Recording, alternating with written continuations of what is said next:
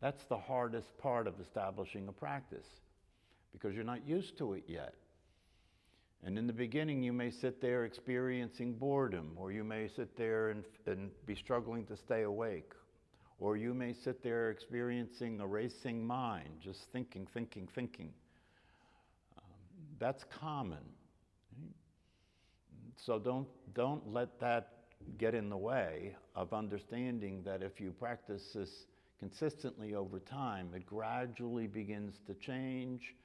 You settle down, the body begins to learn about what it's doing. You begin to experience a very comfortable state when you're in this state of being. It'll take a while. I often compare it to learning how to play the piano, or any instrument really. I mean, I tried to learn how to play the drums until I realized I was being a fool.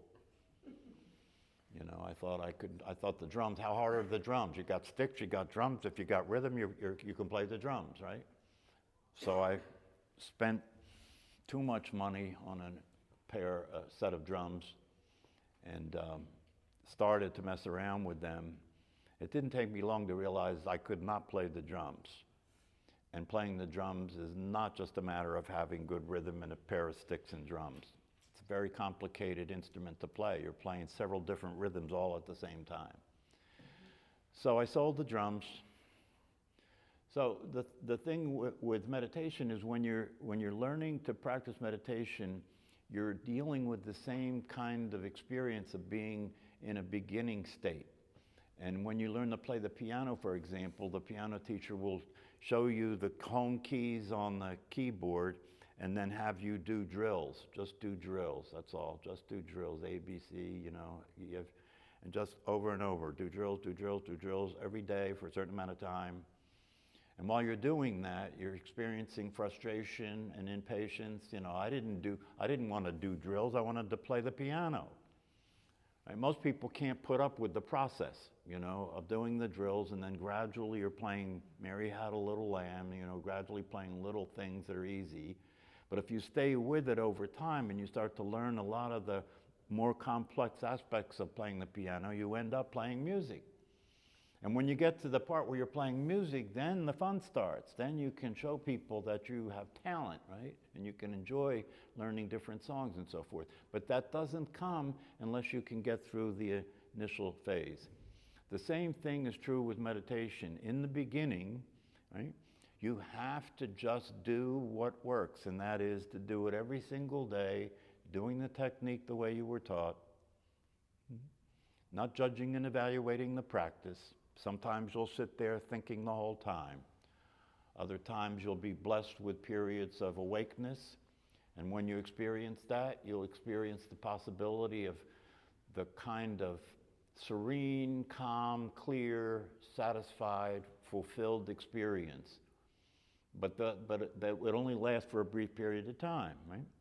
But if you stay with this and you get involved with the teachings start to talk to you about how this works and what it makes possible. And if you study the teachings and you practice meditation, and you have a conviction about the teachings and you have a commitment about the practice so that you do it every single day, eventually you'll start experiencing what they call waking up.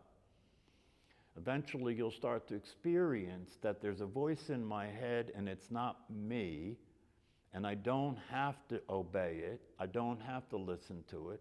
I can pay attention to it, and when it's talking crazy talk, I'm not interested anymore. I used to do whatever it said to do, and it didn't work out very well for me in a lot of different ways. See, but you can't even get to a place where that possibility comes into existence until you calm the mind sufficiently and relax the body enough that the thought activity doesn't capture you anymore. You know, the thought activity has not got you held in its grip.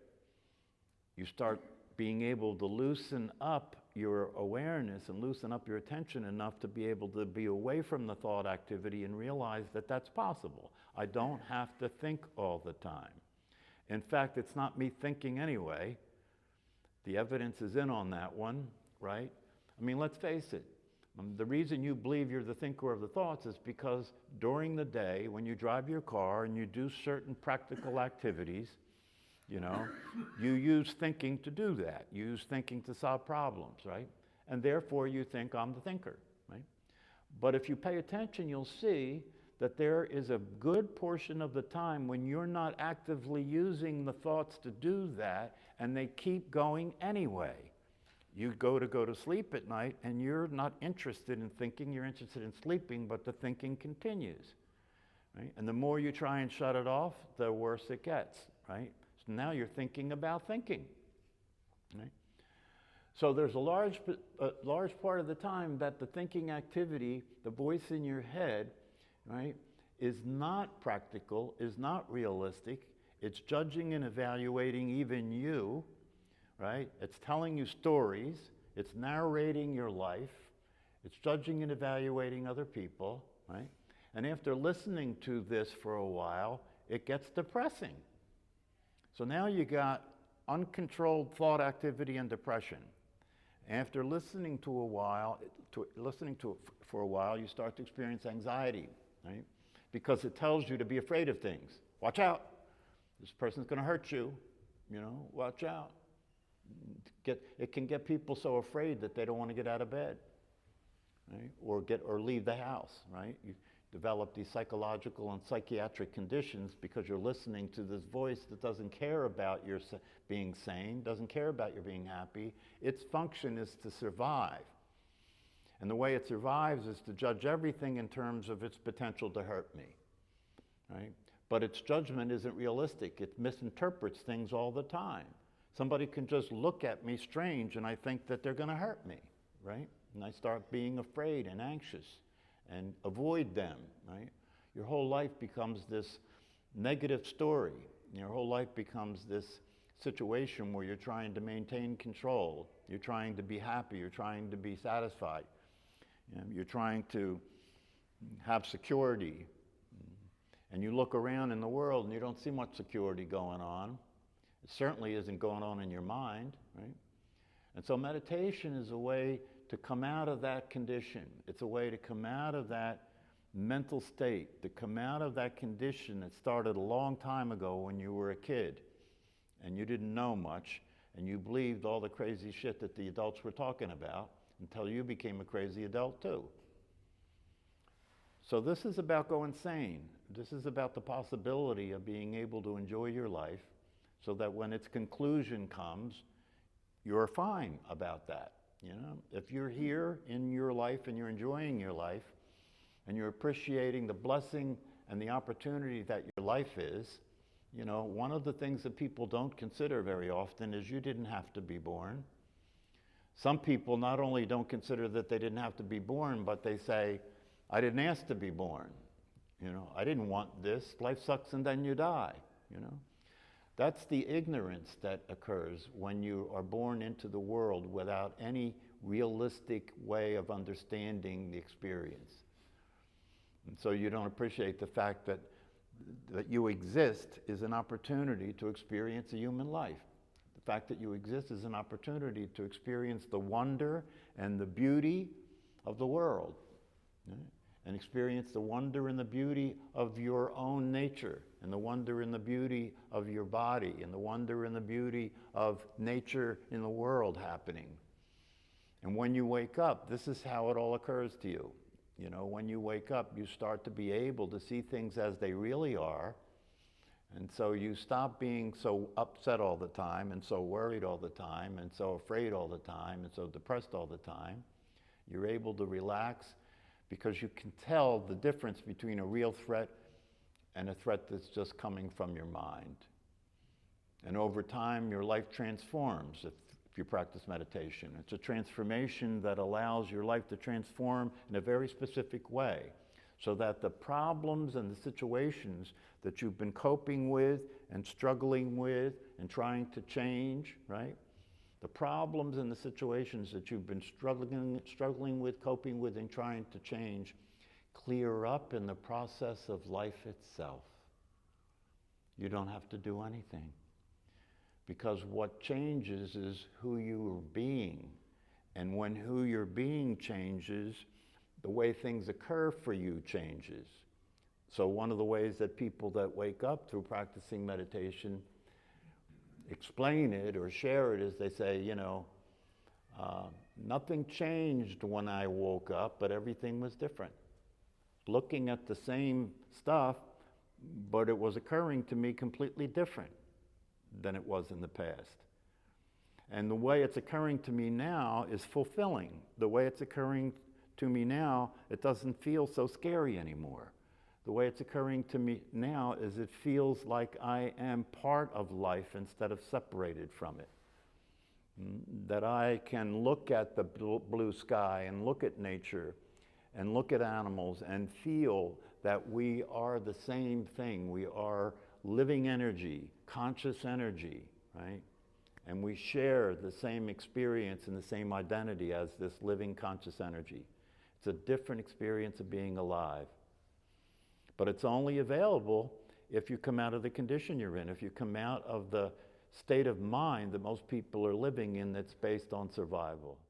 So if you think, there are a lot of, what she's saying is relatively true for a lot of people, right? Where you have arguments in your head, right? You have one voice say this and then the voice argues about that, back and forth. Yeah, that's the personality splitting. The personality can split up into a group, it can split up into two identities and talk back and forth, right? It can split up into a group and have several people commenting on a particular subject, right? This is part of the craziness that we get to experience, right? And there are some people that literally go crazy because of that experience, right? They call it schizophrenia or psychosis, where they really believe that somebody is, you know, sometimes they think God's talking to me, or somebody's talking to me through the radio. You know, this can get out of hand, right?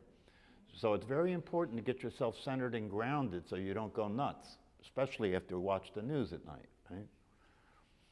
So meditation can really offer you everything that you really want. It's an interesting situation because if you really get what this has to offer, if you really make yourself available to hear what I'm saying and really look to see that what I'm pointing to is actually true, right? So that you want this experience. How could you not want this experience of happiness, satisfaction, peace, and well-being, right? Everybody wants it. But then the question becomes, okay, I want this, but it's not available on Amazon, so I can't get it like that. And I want this, and the only place that it's available is in the practice of meditation. But eventually, if I practice meditation consistently enough and wake up to my true nature, right, I will be in this state naturally, right? The problem is, or the difficulty or the challenge is to get from where you are now to there. That's the challenge, right? And to get from where you are now to there, you're going to have to practice meditation every day, and you're going to have to learn about the truth. And more than any of that, you're going to have to deal with the voice in your head because it's going to refuse to take this trip. How do you know that? Well, you go to practice meditation every single day and notice how that voice reacts to that intention of practicing meditation every single day. It will say things like, oh, you're too tired. Or it'll say things like, what are you thinking to do this? This is crazy. This is a cult, you know? Or it'll say, oh, this is in conflict with your religious beliefs, your religious practices. You better get away from it or you'll go to hell, right? Or it'll say, you're too upset to meditate today. Wait till you calm down. Or it'll say, you don't need to meditate. You know, don't believe any of that stuff. Just get some good beer or get some good today, what? Ketamine? Get some good ketamine, right? Get some good mushrooms, get some good pot, you know? I mean, the variety of things that we have available now to alter our experience is expanding, isn't it? I mean, you can get it in mail order now, you know? So there's plenty of things you can do to change your brain chemistry, plenty of things you can do to jack your body up with energy, you know, with methamphetamines, or plenty of things you can do to tranquilize your system and so forth, become dependent on pharmacology. It's a damn shame because the truth be told, none of that's necessary.